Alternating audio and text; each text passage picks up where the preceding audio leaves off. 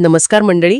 सुरुवातीला कसं होतं म्हणजे AI म्हटलं की अगदी माणसासारखं बोलणारं, विचार करणारं यंत्र अशी एक कल्पना होती. हो, होती. पण लवकरच कळलं की नुसती नक्कल करणं म्हणजे सिम्युलेशन आणि हुबेहूब तसंच बनवणं, डुप्लिकेशन, यात खूप फरक आहे. अच्छा, म्हणजे तिथेच मानवी बुद्धिमत्ता HI आणि कृत्रिम बुद्धिमत्ता AI यांच्यातला फरक स्पष्ट झाला. अगदी. विवेक सावंत यांच्या लेखनातून हेच छान उलगडतं. आज आपण त्यांच्या विश्लेषणाच्या आधारे HI आणि AI मधले जे काही मूलभूत फरक आहेत, त्यांची ताकद काय आणि त्यांची भविष्यातली भागीदारी कशी असेल? हो, त्यावर बोलूया. आणि विशेषतः जी न मानवी बुद्धिमत्ता आहे, म्हणजे नॉन ह्युमन इंटेलिजन्स, जी मानवी बुद्धिमत्तेला मदत करण्यासाठी विकसित होते, त्यावर आपलं लक्ष असेल. ओके, म्हणजे AI माणसाची जागा घ्यायला येत नाहीये, तर त्याला मदत करायला येते. बरोबर. मग मानवी बुद्धिमत्तेत असं काय खास आहे जे AI कडे नाहीये? काय वैशिष्ट्ये आहेत? खूप आहेत. सगळ्यात महत्त्वाचं म्हणजे भावना. माणसांमध्ये असं म्हणतात की 270 प्रकारचे भावनिक आविष्कार आणि तब्बल 7,000 भावमुद्रा आहेत. बापरे, 7,000! हो.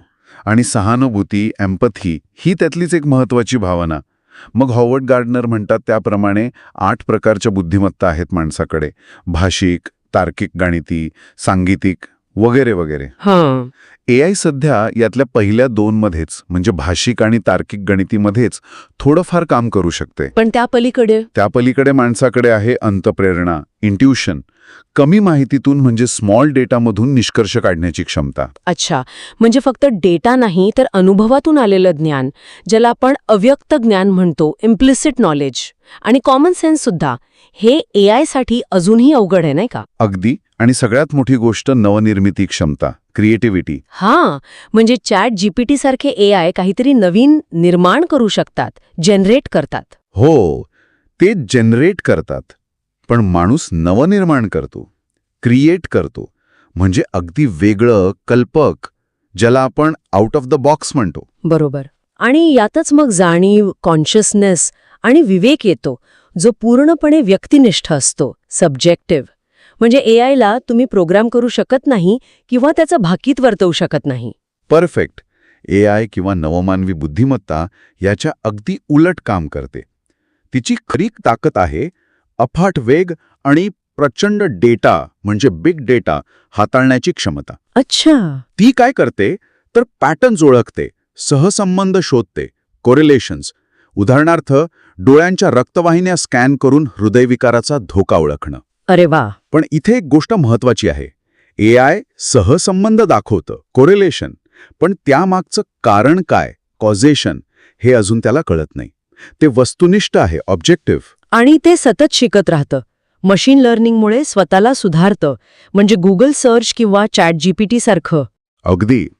आणि म्हणूनच AI संशोधनाची दिशा पण बदलली. माणसाची नक्कल करण्याऐवजी त्याला पूरक ठरेल, कॉम्प्लिमेंटरी ठरेल अशी बुद्धिमत्ता तयार करण्यावर आता भर आहे. म्हणजे आता हे दोघे प्रतिस्पर्धी नाहीत. नाही, अजिबात नाहीत. ते आता भागीदार आहेत, पार्टनर्स. जे एकाला जमत नाहीये ते दुसरा करतोय. याची काही उदाहरणं? खूप आहेत. माहिती शोधणं, भाषांतर, अगदी कोड लिहिणं, रोग निदान करणं, किंवा डायलीसारखी आभासी कला निर्मिती, किंवा अगदी प्लास्टिकचं विघटन करणारे एन्झाईम शोधण्यासारखे वैज्ञानिक शोध, ही सगळी या भागीदारीचीच उदाहरणं आहेत. पण या भागीदारीत धोके पण असेतच की, म्हणजे फेक न्यूज, स्कॅम्स, आवाज क्लोन करणं. हो ना. आणि निवडणुकांमध्ये हस्तक्षेप करून लोकशाहीला धोका, समाजात विषमता वाढणं, बेरोजगारी, म्हणजे एक अनवर्किंग क्लास तयार होण्याचा धोका. आणि माणसाची इच्छाशक्ती, फ्री विल आणि जाणीव हॅक होण्याचा धोका पण बोलला जातोय. बरोबर. म्हणूनच आपल्याला सत्यग्राही आणि सत्यग्राहित AIची गरज आहे, जे पारदर्शक असेल, जबाबदार असेल आणि सुरक्षित असेल. त्यासाठी नियम आणि आंतरराष्ट्रीय सहमती लागेल. अगदी.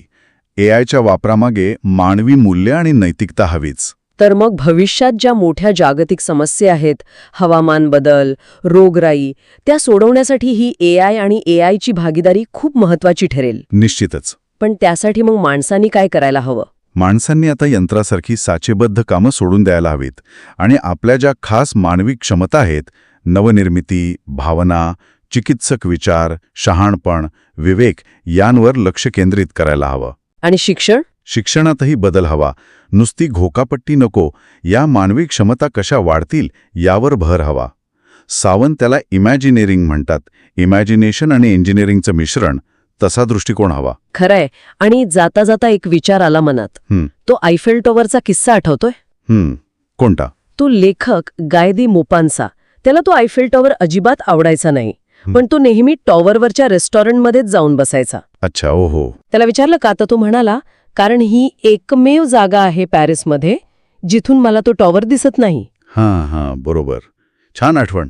तर मला वाटलं, कदाचित आपल्याला ही मानवी बुद्धिमत्तेची खरी खोली आणि तिची गुंतागुंत समजून घ्यायची असेल तर एआयच्या या तथाकथित उंच टॉवरवरूनच पाहावं लागेल. हो, कदाचित एआयच आपल्याला माणसाच्या बुद्धीचं कोडं सोडवायला मदत करेल. विचार करण्यासारखा मुद्दा आहे नक्कीच.